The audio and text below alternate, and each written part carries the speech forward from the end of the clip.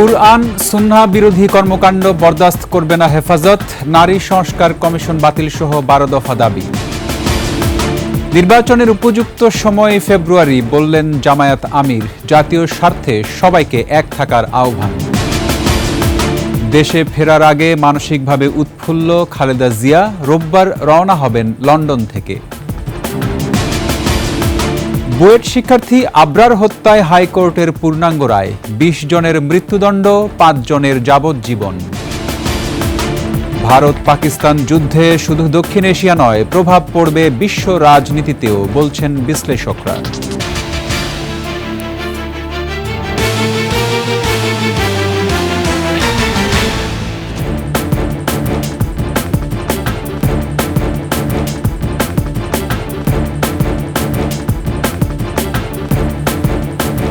শুনছিলেন সংবাদ শিরোনাম। আমন্ত্রণ সন্ধ্যার 21-এর সংবাদে, সাথে আছি রক্তিম ত্রিপুরা। দর্শক, 21 টেলিভিশনের সংবাদ একই সাথে সরাসরি দেখতে পাবেন আমাদের ফেসবুক পেজ www.facebook.com/2124 অনলাইনে।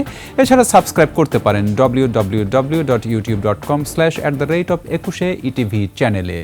এছাড়া সংবাদে আরও থাকছে: শিল্প, সাহিত্য ও বিজ্ঞান চর্চায় শিশুদের সম্পৃক্ত করার তাগিদ দিলেন 21-এর ভাইস চেয়ারম্যান তাসনোভা মাহবুব সালাম।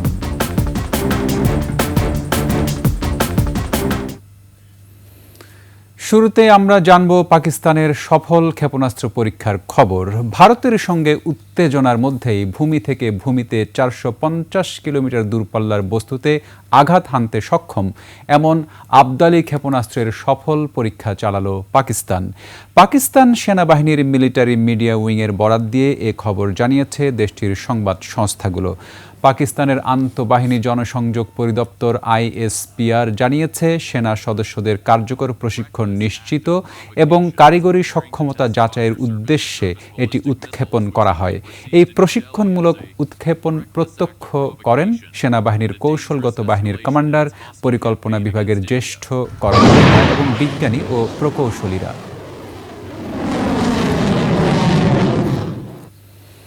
কুরআন সুন্নাহ বিরোধী কোনো কর্মকাণ্ড বরদাস্ত করা হবে না বলে হুঁশিয়ার করে দিয়েছে হেফাজতে ইসলাম। নারী সংস্কার কমিশন বাতিল, আওয়ামী লীগ নিষিদ্ধ ও মিয়ানমারের রোহিঙ্গাদের জন্য মানবিক করিডোরের সিদ্ধান্ত থেকে সরে আসা সহ অন্তর্বর্তী সরকারের কাছে 12 দফা দাবি জানিয়েছে সংগঠনটি। দাবি আদায় না হলে কঠোর কর্মসূচি দেওয়ার হুঁশিয়ারি দিয়েছেন হেফাজত নেতারা। আরও জানাচ্ছেন সিরাত আল মুস্তাকিম। নারী বিষয়ক সংস্কার কমিশন বাতিল সহ বিভিন্ন দাবিতে রাজধানীর সোহরাওয়ার্দী উদ্যানে হেফাজত ইসলামের এই মহাসমাবেশ। ফজরের পর থেকে সমাবেশ স্থলে জড়ো হতে থাকেন হেফাজতের লাখো নেতাকর্মী। লোকে লোকারণ্য হয়ে ওঠে সমাবেশ স্থল ও আশেপাশের এলাকা। নারী বিষয়ক সংস্কার কমিশন বাতিল, সংবিধানে আল্লাহর উপর পূর্ণ আস্থা ও বিশ্বাস পুনর্বহাল, আওয়ামী ফ্যাসিবাদের আমলে করা সব মিথ্যা মামলা প্রত্যাহার, 2013 সালের 5 মে শাপলা চত্বরের গণহত্যাসহ সব হত্যার বিচারের দাবি জানান বক্তারা। হেফাজতে ইসলামের সিনিয়র যুগ্ম মহাসচিব জুনায়েদ আল হাবিব বলেন, বাংলাদেশে কেউ ইসলাম বিরোধী আইন কিংবা সংস্কার চাপিয়ে দেওয়ার চেষ্টা করলে তার পরিণতিও হবে শেখ হাসিনার মতো।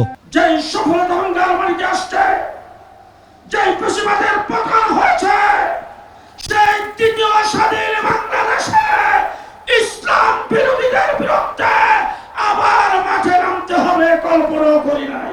কিন্তু বাংলাদেশের ধর্মপ্রাণ মুসলিম জনতাকে বেশ্যাভিত্তিতে বাধ্য করার জন্য আপনার কোন এজেন্ডাকে চাপা দিবেন,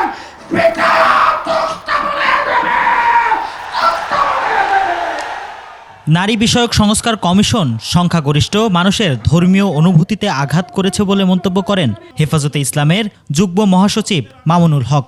তিনি বলেন, আওয়ামী লীগের পুনর্বাসনের চিন্তা করলে প্রয়োজনে তাদের সাথেও লড়াই হবে।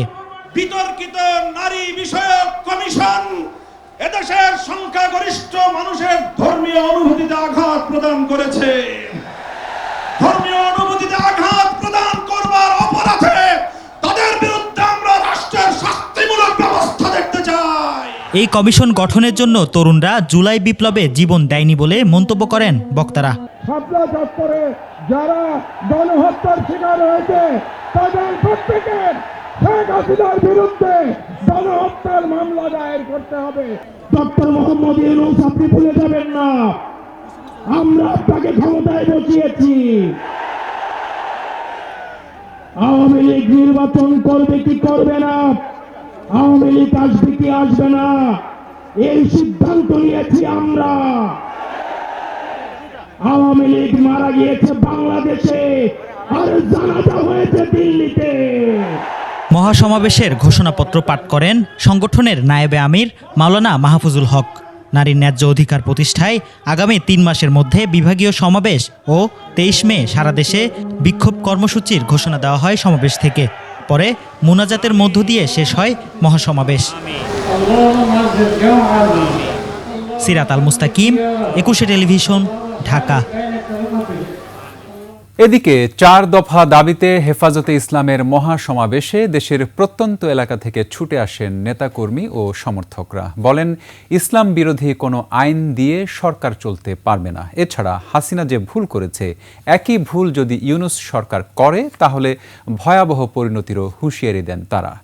আব্দুর রাজ্জাকের ক্যামেরায় মানিক শিকদারের রিপোর্ট। সোহরাওয়ার্দী উদ্যানের সবুজ ছাপিয়ে সাদা পোশাকে জনতার ঢল। সকাল 9টায় আনুষ্ঠানিক সমাবেশ শুরু হলেও ভোর থেকে দেশের বিভিন্ন প্রান্ত থেকে হেফাজতে ইসলামের লাখো নেতাকর্মী সমবেত হন। শান্তিপূর্ণ একটি এই সোহরাওয়ার্দী উদ্যানে একটি গণসমাবেশ আমরা যোগদান করেছি। ইসলাম বিরোধী কাজ আমরা করতে দিব না। কুরআন বিরোধী নারী নীতি এই বাংলাদেশ থেকে বিলুপ্ত হয়, এটার জন্য আমরা এসেছি। জাতীয় পতাকার পাশাপাশি ফিলিস্তিনের কালেমা খচিত পতাকা নিয়ে 4 দফা দাবির পক্ষে স্লোগানে মুখর হয়ে ওঠে পুরো এলাকা। যখন শেখ হাসিনা ছিল তখন উনি নারী এবং পুরুষকে সমান অধিকার দিয়ে এটা কোরআনের বিরোধিতা করেছে। নারী সংস্কার কমিশনে এমন কিছু নারীরা যুক্ত হয়ে সরকার বরাবর প্রস্তাবনা পেশ করেছে যারা অতীত থেকে ইসলামের বিরুদ্ধাচরণ করে আসছে। কোরআন সুন্নাহ বিরোধী কোনো সংস্কার প্রস্তাব মুসলিম প্রধান দেশের মানুষ মেনে নেবে না বলে জানান সমাবেশে অংশ নেয়ারা। যে ধরনের প্রস্তাবনাগুলো রয়েছে আপত্তিকর, তার মধ্যে একটি হলো যৌনকর্মীদের শ্রমিক হিসেবে স্বীকৃতি প্রদান। এই বাংলাদেশে ইসলাম বিরোধী কোনো কার্যকলাপ করতে দেওয়া হবে না। ইসলামী আইন বিরোধী সম্পদ বন্টনের সুপারিশের বিরুদ্ধে গর্জে উঠে হেফাজতে ইসলামের সমর্থকরা। যদি আমাদের কথাগুলো দেশের সরকার যদি না মানে তাহলে কিন্তু পরিস্থিতি আরো অনেক খারাপের দিকে যাবে। ফ্যাসিস্ট সরকারের কি পতন হয়েছে, এর চেয়ে বড় পতন হবে ইউনূস সরকার। পালিয়ে যাওয়ার রাস্তা খুঁজো।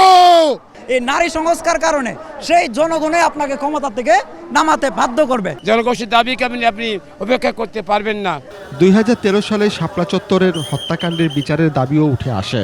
শাপলা চত্বরে ছিলাম, আমি রক্ত দিয়েছি, আমার ভাই অনেক শহীদ হয়েছে। 5 মে 13 সনের মতো যেরকম ঝাঁপিয়ে পড়েছিলাম, আজও সেই নির্দেশে অপেক্ষায় আছে। যারা হত্যা করেছেন তা হত্যার বিচার এবং সাথে সাথে ইসলামী আইন মোতাবেক যাতে এদেশের মানুষ চলতে পারে। ফিলিস্তিনে গণহত্যা ও ভারতে মুসলিমদের উপর নানা নিপীড়নের প্রতিবাদ জানান মুসল্লিরা। ভারতেও আমাদের মুসলমানদের উপরে নিপীড়ন চলতেছে। ওয়াকফ আইন যদি বাতিল না করা হয়, ভারত অভিমুখে কাসিমের মতো আমরা আবারও যুদ্ধে যেতে চাই। তাদেরকে প্রতিহত করার জন্য যা যা করে আমরা তাই করতে প্রস্তুত আছি। গত 16 বছরে অসংখ্য হত্যার দায়ে আওয়ামী লীগ নিষিদ্ধ ও বিচারের দাবিও জানান তারা। ফ্যাসিবাদী মহিলাদেরকে বিচারের আওতায় আনা হোক। মানিক শিকদার, 21 টেলিভিশন, ঢাকা। বাংলাদেশ জামায়াতে ইসলামীর আমির ডাক্তার শফিকুর রহমান জাতীয় নির্বাচনের জন্য আগামী বছরের ফেব্রুয়ারি মাসকে উপযুক্ত সময় হিসেবে উল্লেখ করেছেন। তবে নির্বাচন ওই সময়ে সম্ভব না হলে সেটা এপ্রিল মাস পার হওয়া উচিত নয় বলে অভিমত তার। খালিদ ইবনে মিজানের রিপোর্ট। শনিবার সকালে রাজধানীর মগবাজারের আল ফালাহ মিলনায়তনে অনুষ্ঠিত হয় জামায়াতের জেলা ও মহানগর আমির সম্মেলন। দীর্ঘ 14 বছর পর অনুষ্ঠিত এই সম্মেলনে সূচনা বক্তব্য রাখেন জামায়াতে ইসলামীর আমির ডাক্তার শফিকুর রহমান। বার্ষিক জেলা ও মহানগরী জামায়াতের আমির আগামী বছরের ফেব্রুয়ারি থেকে এপ্রিলের মধ্যেই নির্বাচনের পরামর্শ দেন। আমরা মনে করি সরকারের ঘোষিত সময়ের ভিতরে সংস্কার সাধন করে নির্বাচন সম্ভব। এর জন্য দুটি সময়কে আমরা উপযুক্ত মনে করি। একটি হচ্ছে ফেব্রুয়ারি মাস সোজা শুরু হওয়ার আগে, আরেকটি হচ্ছে যদি কোনো কারণে এই সময়ের ভিতরে সংস্কারগুলো এবং বিচারের দৃশ্যমান প্রক্রিয়া জনমনে আস্থা সৃষ্টির পর্যায়ে না আসে তাহলে ম্যাক্সিমাম এপ্রিল পার হওয়া উচিত নয়। নারী বিষয়ক সংস্কার কমিশনের কিছু প্রস্তাবকে তিনি পবিত্র কোরআন বিরোধী বলে মনে করেন। কোরআনের বিপক্ষে দাঁড়িয়ে কোনো সুপারিশ দিবেন আর বাংলাদেশের মানুষ মেনে নেবে তা কখনো। এই জন্য আমরা ওই রিপোর্ট প্রত্যাখ্যান করিনি, আমরা ওই কমিটিকে প্রত্যাখ্যান করেছি। ওই কমিটিই বাতিল করতে হবে। কমিটি শেষ তো রিপোর্টও শেষ। জাতীয় স্বার্থে সবাইকে এক থাকার আহ্বান জানান জামায়াতের আমির। জাতিকে বিভক্ত করার যে কোনো কূটকৌশলের আমরা সম্পূর্ণ বিরোধী। খালিদ ইবনে মিজান, 21 টেলিভিশন, ঢাকা। বিগত 16 বছর স্বৈরাচার হাসিনা বাংলাদেশকে ভারতের কাছে পুতুল রাষ্ট্রে পরিণত করেছেন বলে মন্তব্য করেছেন জাতীয় নাগরিক পার্টি এনসিপির সদস্য সচিব আক্তার হোসেন। দুপুরে রংপুরের পীরগাছায় ফ্রি মেডিকেল ক্যাম্প উদ্বোধন করে তিনি বলেন, বাংলাদেশের মানুষ এখন মর্যাদার প্রশ্নে একাট্টা। দেশের মানুষ অন্যায়ের প্রতিবাদ করতে শিখে গেছে উল্লেখ করে আক্তার হোসেন বলেন, সীমান্তে উত্তেজনা বা অপ্রীতিকর ঘটনা রোধে বিজিবির পাশাপাশি স্থানীয় জনতাও সাহসিকতার পরিচয় দিচ্ছে। প্রতিবেশী রাষ্ট্রগুলোর সঙ্গে মর্যাদাপূর্ণ সম্পর্ক রক্ষায় এনসিপি বিশেষ গুরুত্ব দিচ্ছে বলেও জানান দলের সদস্য সচিব। আওয়ামী লীগ এবং শেখ হাসিনা বাংলাদেশকে ভারতের কাছে এমনভাবে পুতুল রাষ্ট্র হিসেবে উপস্থাপন করেছে যে এদেশের মানুষ যে মেরুদণ্ড সম্পূর্ণ, এদেশের মানুষ যে মর্যাদা নিয়ে বাঁচার স্বপ্ন দেখে, এই কোনো মেসেজ ভারতের কাছে পরিষ্কারভাবে ছিল না। শারীরিকভাবে সম্পূর্ণ সুস্থ আছেন বিএনপি চেয়ারপারসন বেগম খালেদা জিয়া। দেশে ফেরার আগে উৎফুল্ল মানসিকভাবেও। 21 টেলিভিশনকে দেয়া সাক্ষাৎকারে বিষয়টি নিশ্চিত করেছেন বেগম জিয়ার একান্ত সচিব এবং লন্ডনে অবস্থানরত তার চিকিৎসক। তারা জানান, সাবেক 3 বারের প্রধানমন্ত্রীর নিরাপত্তায় এরই মধ্যে বেশ আন্তরিকতা দেখাচ্ছে সরকার। মাহিলা ইসলামের রিপোর্ট। 4 মাসের চিকিৎসা শেষে এখন লন্ডন থেকে দেশে ফেরার অপেক্ষায় আছেন বিএনপি চেয়ারপারসন বেগম খালেদা জিয়া। সবকিছু ঠিকঠাক থাকলে লন্ডন সময় রবিবার 2 পুত্রবধূ নিয়ে দেশের উদ্দেশ্যে রওনা হওয়ার কথা বেগম জিয়ার। বাংলাদেশ বিমানের নিয়মিত ফ্লাইটটি সোমবার সকালে ঢাকার শাহজালাল আন্তর্জাতিক বিমানবন্দরে অবতরণ করবেন তিনি। 4 তারিখে উনি বাংলাদেশ বিমানে রওনা দেবেন এবং 5 তারিখ সকালে 9টায় এখানে ল্যান্ডিং। লন্ডন ক্লিনিকে 17 দিনের চিকিৎসা শেষে গত 25 জানুয়ারি বড় সন্তান ও বিএনপির ভারপ্রাপ্ত চেয়ারম্যান তারেক রহমানের বাসায় ফেরেন বেগম খালেদা জিয়া। সেখানেই প্রায় 3.5 মাস চিকিৎসকের তত্ত্বাবধানে ছিলেন তিনি। এরপর শারীরিকভাবে বেশ সুস্থ বোধ করায় দেশে ফেরার দিনক্ষণ চূড়ান্ত করা হয়। লন্ডন থেকেই বিষয়টি নিশ্চিত করেন বেগম জিয়ার ব্যক্তিগত চিকিৎসক। ওনার অবস্থা স্থিতিশীল অবস্থায় আছে। বিমানের মধ্যে অসুস্থ মানুষের জন্য যেটুকু কাস্টমাইজ করা দরকার ওটুকু বাংলাদেশ বিমান করে দিয়েছে। দেশে ফেরার আগেই বেগম জিয়ার নিরাপত্তা ব্যবস্থা নিয়ে সরকারের আন্তরিকতার কথা জানান তার একান্ত সচিব। এছাড়াও বড় পুত্রবধূ ডাক্তার জোবাইদা রহমানের নিরাপত্তা নিয়ে পুলিশ সদর দপ্তরে চিঠিও দেয়া হয়েছে, জানান তিনি। আমাদের নিজস্ব সিকিউরিটি আছে, তাছাড়া সরকারের কাছে আমরা রিকোয়েস্ট করেছি যে তারা যে পরিবারের সদস্য সবারই জীবনের ঝুঁকি আছে পরিবর্তিত পরিস্থিতিতে, তো সেই কারণে আমরা সরকারকে অনুরোধ করেছি এবং সরকার আমাদেরকে প্রতিশ্রুতি দিয়েছে যে সর্বোচ্চ নিরাপত্তা তার ব্যবস্থা করবে। খালেদা জিয়াকে দেশে নিয়ে আসতে শুক্রবার আরও 2 জন চিকিৎসক ঢাকা থেকে লন্ডন রওনা দিয়েছেন। এদিকে তাকে বরণ করতে প্রস্তুতি নিচ্ছেন বিএনপির নেতাকর্মীরা। মাহিলা ইসলাম, 21 টেলিভিশন, ঢাকা। লন্ডনে বিএনপি চেয়ারপারসন বেগম খালেদা জিয়াকে বিদায় দিতে বিমানবন্দরে যাবেন হাজার হাজার প্রবাসী নেতাকর্মী। এদিকে 17 বছর পর দেশে ফিরছেন খালেদা জিয়ার পুত্রবধূ তারেক রহমানের স্ত্রী ডাক্তার জুবাইদা রহমান। এটি রাজনৈতিক অঙ্গনের জন্য ইতিবাচক বলছেন সচেতন মহল। লন্ডন থেকে শাহেদ শফিকের পাঠানো তথ্যচিত্রে নাইম আহমেদের ডেস্ক রিপোর্ট। দেশে ফেরার আগে যুক্তরাজ্য বিএনপির কাছ থেকে উষ্ণ অভ্যর্থনা পাবেন বিএনপি চেয়ারপারসন বেগম খালেদা জিয়া। দলটির নেতাকর্মীরা জানিয়েছে, প্রিয় নেত্রীকে বিদায় জানাতে বিমানবন্দরে যাবেন সর্বস্তরের প্রবাসী নেতাকর্মীরা। লন্ডনের নেত্রীকে কাছে পেয়ে এতদিন প্রবাসী বিএনপি নেতাকর্মীরা আনন্দ ও উৎসব মুখর ছিল বলে জানিয়েছেন যুক্তরাজ্য বিএনপির সভাপতি ও চেয়ারপারসনের উপদেষ্টা MA মালেক। যুক্তরাজ্য বিএনপি আজকে সিদ্ধান্ত আমরা নিয়েছি যে উনাকে আমরা এয়ারপোর্টে যাব, সেখানে হাজার হাজার নেতাকর্মী যাবে এবং সেখানে শৃঙ্খলাভাবে সবাই দাঁড়িয়ে থাকবে। নেত্রী দুই দিকে আমরা দাঁড়াবো। রবিবার বাংলাদেশের উদ্দেশ্যে রওনা দেবেন খালেদা জিয়া। তার সাথে 17 বছর পর দেশে আসছেন তারেক রহমানের স্ত্রী ডাক্তার জুবাইদা রহমান ও সৈয়দা শর্মিলা রহমান। স্বামী তারেক রহমানের সঙ্গে 2008 সালে লন্ডনের উদ্দেশ্যে বাংলাদেশ ছাড়ার পর এই প্রথম দেশে ফিরছেন তিনি। জুবাইদা রহমানের দেশে ফেরাকে রাজনৈতিক অঙ্গনে নতুন পরিবর্তনের আশা প্রকাশ করেছেন অনেকেই।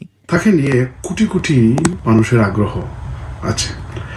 এখন পর্যন্ত খোলাসা হয় নাই উনি রাজনীতিতে সংযুক্ত বা জড়িত হবেন কিনা। আমি তো মনে করি তার মতো মেধাবী ব্যক্তিত্ব যদি রাজনীতিতে আসেন তাহলে এটা বাংলাদেশের জন্য ইতিবাচক দিক। বিএনপির চেয়ারপারসনের উপদেষ্টা ও যুক্তরাজ্য বিএনপির সভাপতি এম.এ. মালেক বলেন, বেগম খালেদা জিয়া আগামী নির্বাচনে বড় ভূমিকা রাখবেন। আল্লাহ তাআলার কাছে আমরা কামনা করছি যে উনি আগামী নির্বাচনেও দেশের জন্য একটা বৃহত্তর ভূমিকা পালন করতে পারে। তার দেশে ফেরার মধ্য দিয়ে বিএনপির রাজনীতিতে নতুন আশার সঞ্চার করবে। নাইম আহমেদ, 21 টেলিভিশন। প্রায় 7 ঘন্টা ধরে পিটিয়ে হত্যা করা হয় বুয়েট শিক্ষার্থী আবরার ফাহাদকে। সে রাতে আসামি 25 জনের একজনও আবরারকে বাঁচাতে এগিয়ে আসেনি উল্লেখ করে পূর্ণাঙ্গ রায় প্রকাশ করেছে হাইকোর্ট। রায়ে আসামিদের আপিল খারিজ করে নিম্ন আদালতের দেয়া 20 জনের মৃত্যুদণ্ড ও 5 জনের যাবজ্জীবন বহাল রাখা হয়। শাকেরা আরজুর রিপোর্ট। বুয়েটের শেরেবাংলা হলের আবাসিক ছাত্র ও তড়িৎ কৌশল বিভাগের 2য় বর্ষের শিক্ষার্থী আবরার ফাহাদকে 2019 সালের 6 অক্টোবর রাতে ছাত্রলীগের এক নেতার কক্ষে নিয়ে নৃশংস কায়দায় পিটিয়ে হত্যা করে সংগঠনটির ক্যাডাররা। পরে রাত 3টার দিকে শেরেবাংলা হলের সিঁড়ি থেকে তার মরদেহ উদ্ধার করে পুলিশ। 2021 সালের 8 ডিসেম্বর আবরার ফাহাদ হত্যা মামলায় 20 জনের মৃত্যুদণ্ড ও 5 জনের যাবজ্জীবন কারাদণ্ড দেন আদালত। ঢাকা দ্রুত বিচার ট্রাইব্যুনাল 1-এর বিচারক আবু জাফর মোহাম্মদ কামরুজ্জামান ওই রায় ঘোষণা করেন। রায়ে বিচারক বলেছিলেন, শিবির সন্দেহে আবরার ফাহাদের বিরুদ্ধে মিথ্যা বানোয়াট ও ভিত্তিহীন অভিযোগ এনে নির্মমভাবে পিটিয়ে হত্যা করে আসামিরা। এমন ঘটনার পুনরাবৃত্তি যেন আর না ঘটে সেজন্য সব আসামির সর্বোচ্চ শাস্তি প্রদানের সিদ্ধান্ত নিয়েছে ট্রাইব্যুনাল। নিম্ন আদালতের রায় যথার্থ উল্লেখ করে তা বহাল রেখেছে হাইকোর্ট। পূর্ণাঙ্গ রায়ে হাইকোর্ট বলেন, প্রায় 7 ঘন্টা ধরে পিটিয়ে হত্যা করা হয় বুয়েট শিক্ষার্থী আবরার ফাহাদকে। সেদিন আবরার ফাহাদকে 25 আসামির কেউ বাঁচাতে এগিয়ে আসেনি, ফলে তাদের আপিলটি খারিজ করা হলো। মৃত্যুদণ্ড বহাল থাকা 20 আসামির সবাই বুয়েটের প্রাক্তন শিক্ষার্থী। তাদের মধ্যে বিচারিক আদালতের রায়ের সময় থেকেই পলাতক 3 জন। অন্যদিকে যাবজ্জীবন কারাদণ্ড বহাল থাকা আসামি 5 জন। শাকেরা আরজু, 21 টেলিভিশন, ঢাকা। পরমাণু শক্তিধর 2 দেশ ভারত পাকিস্তানের মধ্যে যুদ্ধ বাঁধলে শুধু দক্ষিণ এশিয়ার রাজনীতি নয়, প্রভাব পড়বে বিশ্ব রাজনীতিতেও। নিরাপত্তা বিশ্লেষক ও কূটনীতিকরা বলছেন, যুদ্ধকে কেন্দ্র করে বিশ্বেও 2টি পক্ষ তৈরি হতে পারে, আর অর্থনীতিতেও পড়তে পারে ব্যাপক প্রভাব। তাদের মতে ভারত যুদ্ধে আমেরিকা রাশিয়ার মতো দেশের সহায়তা চাইতে পারে, আর পাকিস্তান সহায়তা চাইতে পারে চীন, রাশিয়া ও তুরস্কের মতো শক্তির কাছে। যুদ্ধের প্রভাব পড়বে বাংলাদেশেও। মফিউর রহমানের রিপোর্ট। ভারত নিয়ন্ত্রিত কাশ্মীরের পেহেলগামে সন্ত্রাসীদের অতর্কিত হামলা নিহত হয় 26 পর্যটক, আহত হয় আরও অনেকে। এ নিয়ে ভারত পাকিস্তানকে সরাসরি দায়ী করলে উভয় দেশের মধ্যে উত্তেজনা চরমে পৌঁছায়। 2 দেশই নিচ্ছে যুদ্ধের প্রস্তুতি। মুখোমুখি অবস্থানে আছে দেশ দুইটির সৈনিকরা। একে অপরকে নিষেধাজ্ঞা দেয় আকাশ ও স্থলসীমা ব্যবহারের ওপর। বিশ্লেষকদের মতে দেশ দুটির মধ্যে যুদ্ধ বেঁধে গেলে এর প্রভাব শুধু দক্ষিণ এশিয়ায় সীমাবদ্ধ থাকবে না, প্রভাব পড়বে সারা বিশ্বে। প্রত্যেকে তার মিত্র দেশের সহায়তা চাইতে পারে। ভারত মার্কিন যুক্তরাষ্ট্রের সাহায্য চাইবে, রাশিয়ার সাহায্য চাইবে। পাকিস্তান একইভাবে চীন এবং সম্ভবত রাশিয়ার সাথেও সহযোগিতা চাইবে। এর সঙ্গে যোগ হবে ইরান এবং তুর্কি। পাকিস্তানের বিরুদ্ধে ভারতকে রাশিয়া সাহায্য দিবে, চায়না কতটুকু অ্যালাউ করবে সেটা? হ্যাঁ, রাশিয়ার সাথে ভারতের সম্পর্ক খুব আছে, কিন্তু রাশিয়ার সাথে চীনের সম্পর্ক আরও বেশি কঠিন, আরও বেশি কৌশলগত। আরব সাগর, ভারত মহাসাগর ও বঙ্গোপসাগরে বাণিজ্যিক নৌ চলাচল সীমিত হয়ে পড়তে পারে। এতে ক্ষতি হবে বিশ্ব বাণিজ্যে। যুদ্ধ বাজলে এই রাস্তার নৌ চলাচলের একটা প্রতিবন্ধকতা সৃষ্টি হবে, যেটা জাপান, চীন এবং সাউথ ইস্ট এশিয়ার কেউ চাইবে না। যুদ্ধ হলে সব সরবরাহ যেই আপনার ইয়েটা থাকে, সিস্টেমটা, ব্যবস্থা, সরবরাহ ব্যবস্থা কিন্তু ভেঙে পড়ে। It will be a devastating effect, it will be a catastrophic effect. পারমাণবিক শক্তিধর দেশ দুটির কারো অর্থনীতি দীর্ঘমেয়াদে বড় যুদ্ধ চালানোর মতো নয়। তবু যুদ্ধ যদি কোনোভাবে দীর্ঘস্থায়ী হয়, তবে বাংলাদেশেও এর প্রভাব পড়বে বলে মনে করেন তারা। বাংলাদেশ, পাকিস্তান, ভারত, এই তিনটা দেশের যে কোনো ঘটনা এইটা শুধুমাত্র দক্ষিণ এশিয়া নয়, আন্তর্জাতিক রাজনৈতিক এবং কূটনৈতিক পরিমণ্ডলে প্রভাব ফেলবে। এটার একটা প্রভাব বাংলাদেশের উপরে আসবে। দুই দেশের যদি অর্থনীতি ভেঙে পড়ে, তারও কিন্তু একটা প্রভাব আমাদের উপরেও পড়বে, কারণ আমরা অনেক কিছুই আমদানি করি এই দুইটা দেশ থেকে। আর আমরা কিন্তু এখনও যে কথাটা বলি নাই, সেটা হচ্ছে যে দুটোই কিন্তু পারমাণবিক শক্তি। সুতরাং আমরা এখনও পারমাণবিক শক্তি যদি এনারা যদি একজন আরেকজনের সাথে সেই যুদ্ধে জড়িয়ে পড়েন, তাহলে তো এটা আরেক পর্যায়ে চলে যাবে। বাংলাদেশকে নিজেদের নিরাপত্তার স্বার্থে সর্বাত্মকভাবে প্রস্তুত থাকার পরামর্শ দেন তারা। মফিউর রহমান, 21 টেলিভিশন, ঢাকা। 5 আগস্টের পর বিদেশে পালিয়ে যাওয়া শিল্প মালিকদের ধরতে ব্যবস্থা নিচ্ছে সরকার। রাজধানীতে এক অনুষ্ঠানে এ কথা জানান শ্রম ও কর্মসংস্থান উপদেষ্টা এম শাখাওয়াত হোসেন। শিল্প মালিকরা কমপক্ষে 3 বছর রাজনীতি সংশ্লিষ্ট না থাকলে তাদের মনোনয়ন না দেওয়ারও আহ্বান শ্রম উপদেষ্টার। আসিফ সুমিতের রিপোর্ট। হাসিনা সরকারের পতনের পর বিদেশ পালিয়ে যান অনেক শিল্প প্রতিষ্ঠানের মালিক। একসময় আওয়ামী লীগের সঙ্গে ঘনিষ্ঠ রাজনীতি করা এসব মালিকরা বেতন ভাতা পরিশোধ না করায় তৈরি হয় শ্রমিক অসন্তোষ, যা সামাল দিতে সরকারকে নিতে হয় নানা ধরনের ব্যবস্থা। পালিয়ে যাওয়া শিল্প মালিকদের সম্পদ বিক্রি করে শ্রমিকদের বেতন দেওয়ার ব্যবস্থা করে সরকার। এছাড়া বিগত দিনে ক্ষমতার দাপটে ব্যাংক ঋণ নেয়া মালিকরা কোনো দায় পরিশোধ না করায় আর্থিক প্রতিষ্ঠানগুলোও পড়েছে ক্ষতির মুখে। বিদেশ যাওয়া বন্ধ করবে, তারা আগে পালাই গেছে। কেউ জার্মানিতে, কেউ ওখানে বেশ ভালোই আছেন, তো তাদেরকে ধরে আনার ব্যবস্থা হচ্ছে এবং এখানে যারা আছে তাদেরকে দিয়ে যা যা সম্পত্তি আছে সেটা আমরা 7 তারিখে এটা আবার বলবেন। ব্যাংকের সাথে বসা হয়েছে অলরেডি, কি তাদের সম্পত্তি বাকি আছে যেগুলি নট টাইট, সেগুলো বিক্রি করার ব্যবস্থা হবে। শ্রমিক অধিকার সুরক্ষায় মালিক শ্রমিক সম্পর্ক নিয়ে ডিবেট ফর ডেমোক্রেসির বিতর্ক অনুষ্ঠানে এসব কথা বলেন শ্রম উপদেষ্টা। শিল্প মালিকদের অনিয়ম বন্ধে রাজনীতি থেকে বিরত রাখতে বিভিন্ন পদক্ষেপ নেয়ার আহ্বান জানান তিনি। রাজনৈতিক দলগুলিকে অনুরোধ করব যে আপনারা যখন নমিনেশন দেবেন, please look into it. Election কমিশনের দায়িত্ব হবে সামহাও আরপিওতে পরিবর্তন আনা, যে কোনো পার্টির সাথে মিনিমাম 3 বছর তিনি অ্যাক্টিভ না থাকলে তাকে নমিনেশন দেওয়া হবে না। অনুষ্ঠানে শ্রমিকদের ব্যক্তি বা দলের স্বার্থে কাজ করার সমালোচনা করেন শ্রম সচিব। তারা অনেক সময় পলিটিসাইজ হয়ে যায়, তারা ব্যক্তি স্বার্থের জন্য কাজ করে। আসিফ সুমিত, 21 টেলিভিশন, ঢাকা। জবাবদিহিমূলক ও গণতান্ত্রিক রাষ্ট্র প্রতিষ্ঠায় নির্ধারিত সময়েই জাতীয় সনদ তৈরি হবে। রাজনৈতিক দলগুলোর মধ্যে মতপার্থক্য থাকলেও জাতীয় স্বার্থে সবাইকে এক হওয়ার আহ্বান জানিয়েছেন ঐকমত্য কমিশনের সহ-সভাপতি অধ্যাপক আলী রিয়াজ। জাতীয়তাবাদী সমমনা জোটের সাথে বৈঠকে এসব কথা বলেন তিনি। এ সময় জোটের সমন্বয়ক জানান, মানুষের ভোটের অধিকার প্রতিষ্ঠায় কাজ করছেন তারা। মাহতাব মিনহাজের প্রতিবেদন। সংস্কার প্রস্তাব নিয়ে জাতীয়তাবাদী সমমনা জোটের সাথে ঐকমত্য কমিশনের বৈঠক। জাতীয় সংসদের এলডি হলে এই বৈঠকে জোটের নেতৃত্ব দেন এনপিপির চেয়ারম্যান ফরিদুজ্জামান ফরহাদ। স্বাগত বক্তব্যে ঐকমত্য কমিশনের সহসভাপতি আলী রিয়াজ বলেন, নির্ধারিত সময়ে হবে জাতীয় সনদ। আহ্বান জানান গণতান্ত্রিক রাষ্ট্র গঠনে রাজনৈতিক দলগুলোকে ঐকমত্যে আসার। আমরা সকলে মিলে একটি গণতান্ত্রিক রাষ্ট্র পুনর্গঠনের জন্য, একটি গণতান্ত্রিক রাষ্ট্র বিনির্মাণের জন্য সকলে এখানে সমবেত হয়েছি। আমরা চেষ্টা চালিয়ে যাচ্ছি এবং সেই চেষ্টায় আপনারা গণতান্ত্রিক আন্দোলনে অংশগ্রহণকারী হিসেবে ভূমিকা রেখেছেন।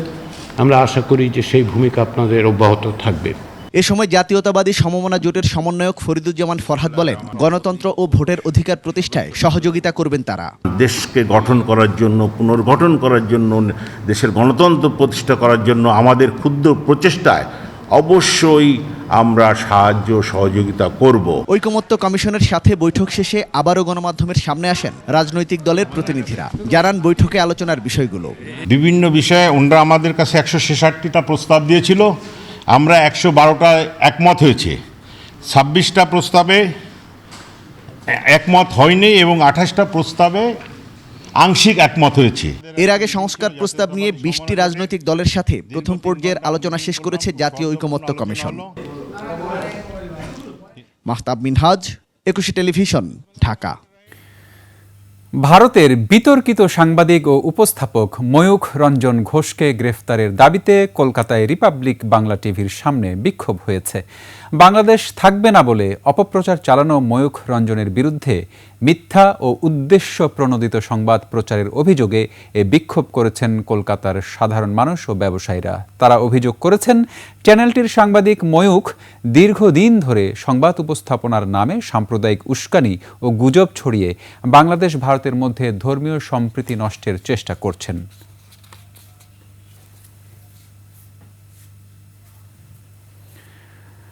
রাজশাহীর মধ্যবিত্ত এক পরিবারের সন্তান শাহরিয়ার আলম রাজনীতির মাঠে নামার আগে ছিল খুব সাধারণ জীবনযাপন, অথচ আওয়ামী লীগের রাজনীতিতে যুক্ত হয়ে পদ, পদবি, সংসদ সদস্য আর মন্ত্রিত্ব পাওয়ার পর হয়ে ওঠেন অতি অসাধারণ। নিজের ও পরিবারের নামে গড়ে তোলেন হাজার হাজার কোটি টাকার সম্পদ, জালিয়াতির মাধ্যমে দখল করেন অন্যের সম্পত্তি। হাসান আল মবিনের ক্যামেরায় রাজশাহী বিভাগীয় প্রতিনিধি বদরুল হাসান লিটনের তথ্যে ডেস্ক রিপোর্ট। ঢাকা থেকে গ্রামের বাড়ি রাজশাহীতে যাওয়া অথবা যে কোনো আনন্দ উদযাপন সবখানেই এমন রাজকীয় মোটরসাইকেল শোভাযাত্রায় নিয়ে যাওয়া হতো শাহরিয়ার আলমকে। তাকে নিয়ে যে পথে এমন হাজার হাজার মোটরসাইকেলের শোভাযাত্রা থাকতো, সে পথে বন্ধ হয়ে যেত অন্যান্য যান চলাচল, আর তার বিশাল বাড়ি সবসময় থাকতো দলীয় নেতাকর্মীদের পদচারণায় মুখর। 5 আগস্টের পরের বাস্তবতায় সেই বাড়িতে এখন পোকামাকড়ের বসবাস, অনিয়ম আর দুর্নীতির নীরব সাক্ষী হয়ে দাঁড়িয়ে আছে বাড়িটি। ভাঙচুর করেছে, মানে কালি রুমে কেমন নাই, ভূতের অবস্থা। একটা কেয়ারটেকার ছিল, সেও জানেন ভাই পালায় চলে গেছে। এখন পোকামাকড়ে বাস করতেছে, মানুষ তার বাস করতে পারতেছে না। রেলের একজন সাধারণ কর্মচারীর সন্তান শাহরিয়ার আলম ঢাকায় এসে বন্ধুদের সাথে মিলে শুরু করেন গার্মেন্টস ব্যবসা। পরে যোগ দেন রাজনীতিতে। 2008 সালে রাজশাহী 6 আসন থেকে হয়ে যান সংসদ সদস্য। আওয়ামী লীগ সরকারের টানা 4 মেয়াদেই এমপি ও 2 বার ছিলেন পররাষ্ট্র প্রতিমন্ত্রী। এতেই ফুলে ফেঁপে ওঠে তার সম্পদ। অর্থ সম্পদের নেশায় পড়ে শুরু করেন জালিয়াতি। অনিয়ম, দুর্নীতি, এই নদী কাটা সর্দি দুর্নীতি, তারপর জমি জমা বহুত কিনেছে। এটা চাঁদাবাজির থেকে শুরু করে জমি জাতি দখল সবকিছুই তার নিয়ন্ত্রণে ছিল। গোদাবাড়ির বসন্তপুরে 52 বিঘা জমির উপর গড়ে তোলা নর্থ বেঙ্গল অ্যাগ্রো ফার্মসটি শাহরিয়ার আলমের। তবে এর 40 বিঘা জমি নিয়েছেন জালিয়াতি করে, বাকি 12 বিঘা আদিবাসীদের উচ্ছেদ করে নেয়া খাস জমি। স্টার্টের সময় আমি বাধা দিলাম, বাধা দেওয়ার পরে বলছে আমার আইনত জটিলতা আছে, যার জন্য আমি এই পন্থা অবলম্বন করছি। আমার ছেলে আপনাকে ঠকাবে না, আপনাকে টাকা দিয়ে দেবে। হ্যাঁ, এর জন্য আমার কাছে দাম হয়েছিল 11 কোটি টাকা, ব্যাংকে দেবে 6 কোটি টাকা, আমাকে দেবে 5 কোটি টাকা। আমাকে 50 লাখ টাকা দিয়ে পরে আর টাকা দেয়নি, জমি রেজিস্টার্ড করে নিছে। আদিবাসীদের জমি দখল করতে গিয়েছিল, দিয়ে ওদেরকে মারধর করা হয়েছে। দেশের বিভিন্ন জায়গায় রয়েছে শাহরিয়ার আলমের 8টি পোশাক কারখানা। রাজশাহীতে গড়ে তোলেন বেসরকারি মেডিকেল কলেজ, হাসপাতাল। এছাড়া চারঘাট, বাঘা ছাড়াও নাটোরের লালপুর, পাবনার ঈশ্বরদী, ঠাকুরগাঁও ও লালমনিরহাটে তার সম্পদ রয়েছে বলেও জানান স্থানীয়রা। Khurshid Alam, desk report, 21 television. গাজীপুরের দেউলিয়াবাড়ি এলাকায় আগুনে 20টি ঝুট গোডাউন ও একটি সুতা তৈরির কারখানার মালামাল পুড়ে গেছে। খবর পেয়ে ফায়ার সার্ভিসের 6টি ইউনিট আগুন নিয়ন্ত্রণে কাজ শুরু করে। প্রায় 2.5 ঘন্টার চেষ্টায় আগুন নিয়ন্ত্রণে আসে। গাজীপুর প্রতিনিধি অপূর্ব রায়ের তথ্য ও ছবিতে ডেস্ক রিপোর্ট। সকাল 11:50 গাজীপুরের দেউলিয়াবাড়ি এলাকায় একটি ঝুট গোডাউনে আগুন লাগে। মুহূর্তে সেই আগুন পার্শ্ববর্তী গোডাউন, বাসাবাড়ি ও একটি সুতার কারখানায় ছড়িয়ে পড়ে।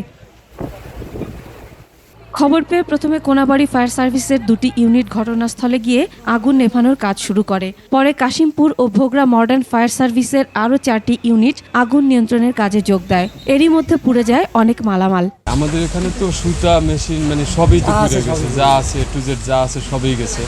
আগুন লাগছে পরে আমি দৌড় ফিরে আইসি, যে এই বেড়ার মধ্যে লাগছে, পরে বাতাসে এক ধাক্কায় খালি পড়ছে সব পুড়ে হালাইছে। তুলার ফ্যাক্টরি আছে, ওদের যে পানির ব্যবস্থাটা সেটা নাই। আমি এই পর্যন্ত 20 বার তার করে আগুন নিবাইছি। আগুনে আমার মনে করেন যে 2 কোটি টাকার উপরে মাল পড়ছে, আমার মার্কেট সুদ্ধা পুড়ে গেছে। ফায়ার সার্ভিসের লোকজন আইসা ওরা চতুর্দিক দিয়ে পানি মারা শুরু করে দিল, তখন আর কি নিয়ন্ত্রণের মধ্যে চলে আসলো আগুনটা। ফায়ার সার্ভিসের কর্মীদের 2.5 ঘন্টার চেষ্টায় আগুন নিয়ন্ত্রণে আসে। আমরা এই বাসাবাড়ি পর্যন্ত, বাসাবাড়ির মসজিদ এই উত্তর দিকে আগুন ছড়াতে দেয় নাই, যেখানে 500টার মতো ঘর আছে, এখানে প্রায় 20টার মতো হবে। একজন বলেছেন 12-13টা গোডাউন, আর এই বাম দিকে আছে সুতার ফ্যাক্টরি এবং তার পাশে সুতার গোডাউন, এইগুলোই মোটামুটি পুড়েছে। আগুন লাগার কারণ তাৎক্ষণিকভাবে জানাতে পারেনি কর্তৃপক্ষ। Masuma Lisa, desk report, 21 television. আগামীর বৈষম্যহীন বাংলাদেশে শিশুদেরকে তাদের লক্ষ্যে পৌঁছে দিতে সবাইকে একসঙ্গে কাজ করার আহ্বান জানিয়েছেন 21 টেলিভিশনের ভাইস চেয়ারম্যান ও ব্যবস্থাপনা পরিচালক তাসনোভা মাহবুব সালাম। জীবন গড়তে পড়াশোনার পাশাপাশি শিল্প, সাহিত্য, বিজ্ঞান চর্চায় শিশুদের সম্পৃক্ত করার তাগিদ দেন তিনি। বিস্তারিত আকবর হোসেন সুমনের রিপোর্টে। এক ঝাঁক শিশুর মিলন মেলায় মুখরিত রাজধানীর কৃষিবিদ ইনস্টিটিউট। নতুন প্রজন্মের জন্য নিরাপদ ও সৃজনশীল ইন্টারনেট প্ল্যাটফর্ম বিনির্মাণে কিডলন জুনিয়র ট্যালেন্ট অ্যাওয়ার্ডের এই আয়োজন। অনুষ্ঠানে প্রধান অতিথি 21 টেলিভিশনের ভাইস চেয়ারম্যান ও ব্যবস্থাপনা পরিচালক তাসনোভা মাহবুব সালামের দৃষ্টিতে নতুনদের মেধায় গড়ে উঠবে আগামীর বৈষম্যহীন Bangladesh. Extracurricular makes you feel better. Then education also important. This is our main thing. But extracurricular থাকলে কিন্তু তুমি নিজেকে অনেকটা বেটার ফিল করাতে পারো। পড়াশোনার পাশাপাশি আলোকিত এই শিশুদের কেউ অভিনয়, কেউ বা বিজ্ঞান চর্চায় সময় কাটাতে চায়। সায়েন্স পড়ার জন্য, ম্যাথ পড়ার জন্য, আইসিটি পড়ার জন্য। ভবিষ্যতে আমি আর্মি হতে চাই। আমার অ্যাক্টিংটা পাশে রাখতে চাই, কারণ আমার পড়াশোনার পাশাপাশি অ্যাক্টিং করছি। শিশুদের সৃজনশীলতার স্বীকৃতি ও প্রসারের মাধ্যম হিসেবে পাশে থাকার কথা জানিয়েছেন সংশ্লিষ্টরা। যে শিশুরা একে অপরকে দেখে, জানেন যে শিশুরা দেখে শিখে, সে যখন দেখবে আমার বন্ধু এই অ্যাওয়ার্ডটা পাচ্ছে, পরের বছর এই অ্যাওয়ার্ডটা আমাকে পেতে হবে, তো সবার ভিতর একটা সুস্থ প্রতিযোগিতা তৈরি হবে, একজন আরেকজনের কাছ থেকে ভালো করার চেষ্টা করবে। পড়াশোনার পাশাপাশি জীবনমুখী শিক্ষা গ্রহণের আহ্বান জানান 21 টেলিভিশনের ভাইস চেয়ারম্যান ও ব্যবস্থাপনা পরিচালক।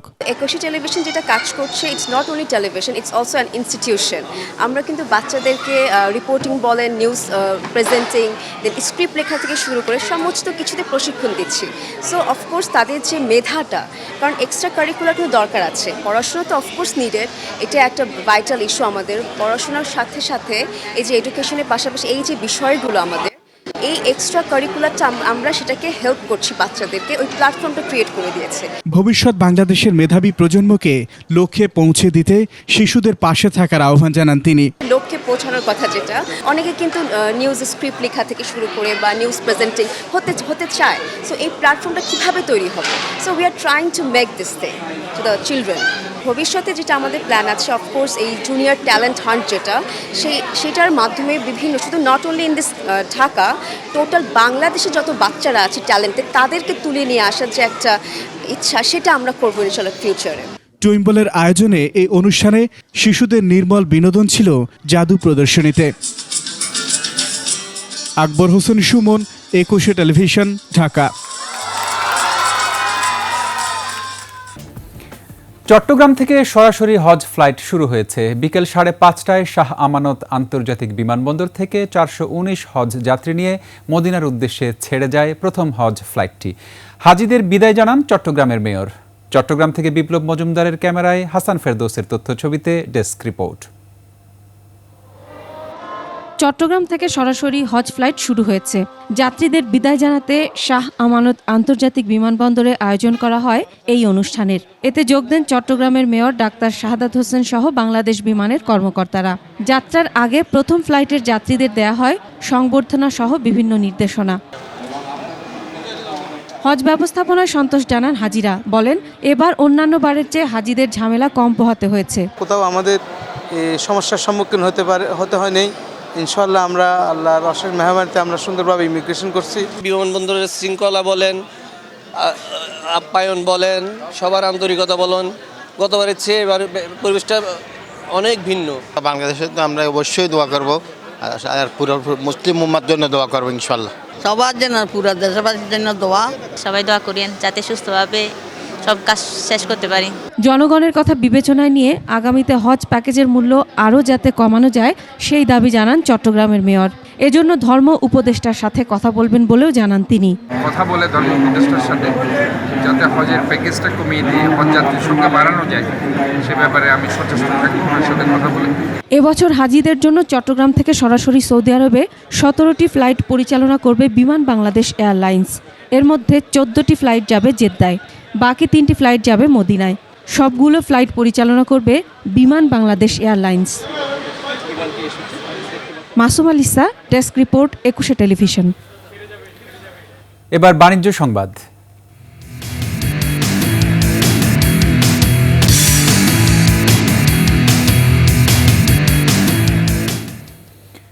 রাজধানীর গুলশানে বিটিআই ল্যান্ডমার্কে অনুষ্ঠিত হল BTI summer sales carnival.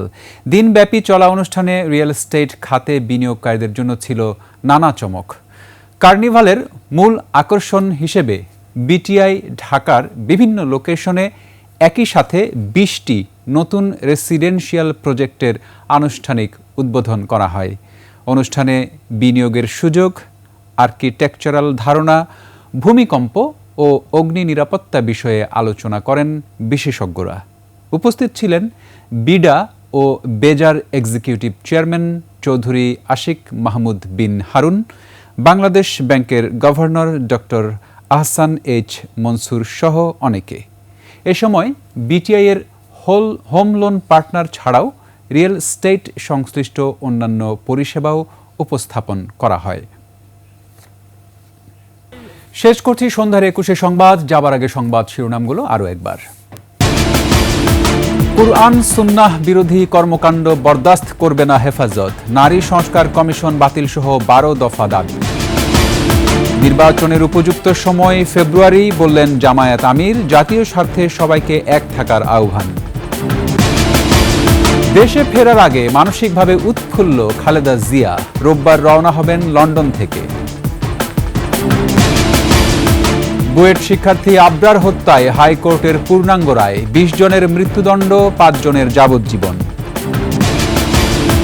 Bharat Pakistan যুদ্ধে শুধু দক্ষিণ এশিয়া নয়, প্রভাব পড়বে বিশ্ব রাজনীতিতেও বলছেন বিশ্লেষকরা।